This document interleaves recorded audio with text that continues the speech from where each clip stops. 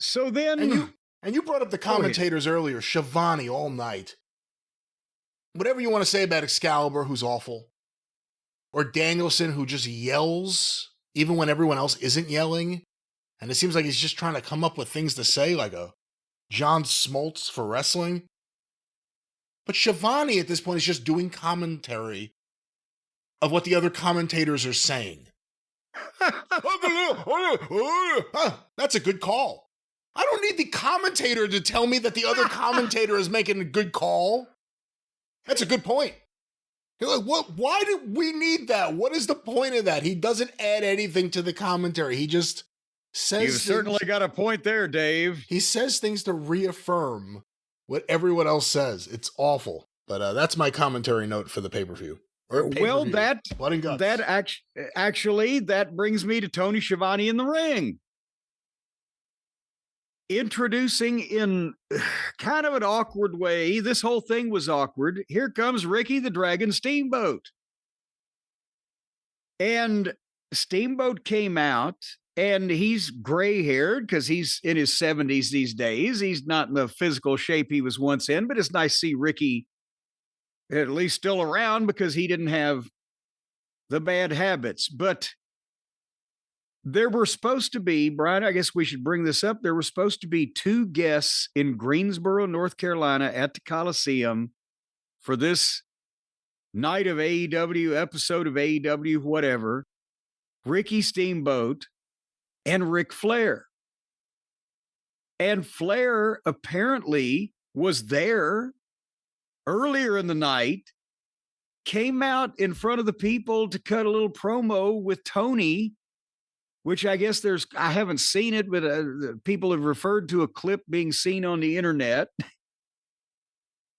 then he left. He was never on the TV. They even refer to him in this interview that they're about to do. But to the TV audience, except for him being referred to, they would have never known that he was fucking there. And I saw one report that said he was in a lot of pain from a torn rotator cuff or some kind of shoulder injury from doing what? How did he hurt him? But if he hurt himself that bad, then how could he not just come 30 minutes later and stay 30 minutes later and be on television? What the hell is going on here? I was throwing kamikazes across the bar. Woo!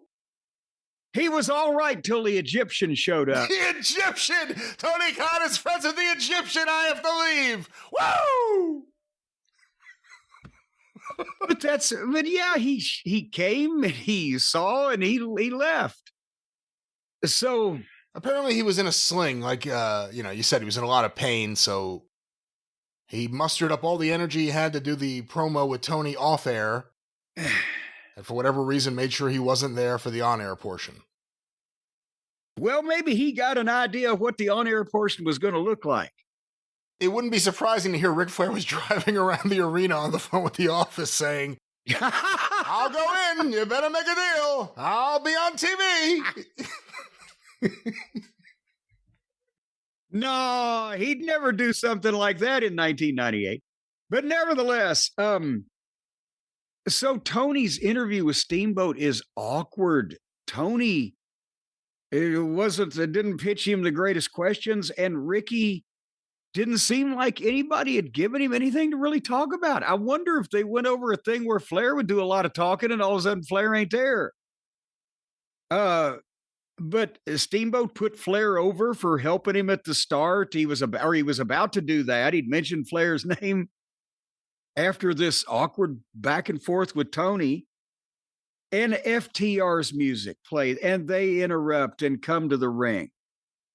And this is where it got confusing, because as Dax and Cash and Stokely get in the ring, Steamboat points out Dax is like, oh, I know this gentleman.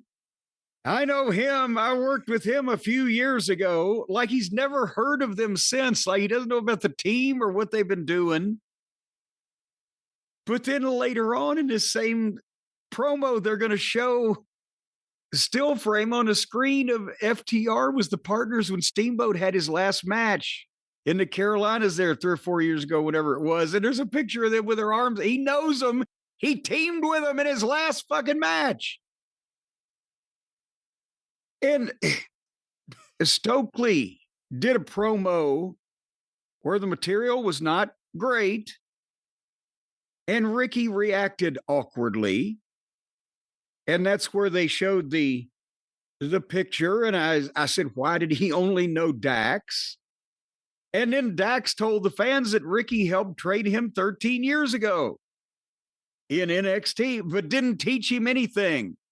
None of this was making any sense. If he didn't teach him anything in 13 years ago, why did they team up with him for his last match? So Dax said that Steamboat had given him the advice to save his money. And then he said if Steamboat and Flair had taken that advice, they wouldn't have to be there tonight. And that's when the TV audience went, are we going to see Flair? Because elsewise he hadn't been mentioned except when Steamboat said Flair helped him years ago in his career. Well, that was the thing. It seemed like they were building to Flair or someone coming out. And it didn't happen, but even if it had happened, you start thinking about it, is Flair going to come in there and save Ricky Steamboat and beat up FTR? None of it made any sense. So then Dax insulted Steamboat. They got nose to nose, and Dax grabbed Steamboat's face, and Steamboat shoved him, and then nothing happened. They just stood there and kind of looked disgruntled with each other. And then Dax told Steamboat to get out of the ring, and Ricky started talking calmly. Hey, you know, at one time I would have done something about the discretion is the better part of valor. I'm going to be 73, so I'm going to be the smarter man. And they're trying to get sympathy on him, but he's just meandering. They didn't. This was like it was all done on the fly and everybody was lost. And it didn't put Ricky in the light that it should have. They just left him out there fucking floating around, and people who'd never seen him go, what the fuck, this old guy, what? Did you ever see that interview when Larry Merchant was interviewing? He was interviewing Floyd Mayweather Jr., and Mayweather Jr. is giving Larry Merchant shit for some of the comments he's made. Like, you don't know shit about boxing. You don't know shit. Larry Merchant goes, I wish I was 50 years younger. I'd knock you on your ass. That's what this reminded me of. That's what this reminded me of. We didn't get that from Ricky. We got, well, I'll be the smarter man and leave. After a while, it was awkward. And then he goes to walk off and they grabbed him. And of course, they don't want to hurt Ricky Steamboat. But so I think it was Cash was just, one or the other was just throwing punches at his head that were not remotely connecting. And then they go for a pile driver, but here comes Bro Dildo. And now I'll tell you something. I know that nobody wanted to hurt Ricky Steamboat or make any mistakes, but when Bandito and Cash started swinging at each other, Brian, describe it for me. They won't believe me. They'll believe you. It was embarrassing. I couldn't figure out who was trying to protect who. It was like not punches and not even a Jey Uso open-handed thing. It was kind of like the wrists were kind of limp as they were like, Bandito looked especially awful. Yes. They were just waving their arms at each other. And then Dax fed Steamboat for some chops and the heels bailed out. And I wrote awkward, laid out badly, not produced, rotten material. What the fuck? Did Flair find out this is what they want to do? And he was like, my shoulder hurts. I'll be at the bar. I'm kind of thinking that might have been it. Because what was he going to do? Stand there and take it from FTR and Stokely? Well, I don't know, but they probably would have had Flair do most of the talking if it was him and Steamboat in the ring or whatever. Maybe that's why Ricky had nothing to say. I don't know what they were thinking, but maybe they weren't thinking.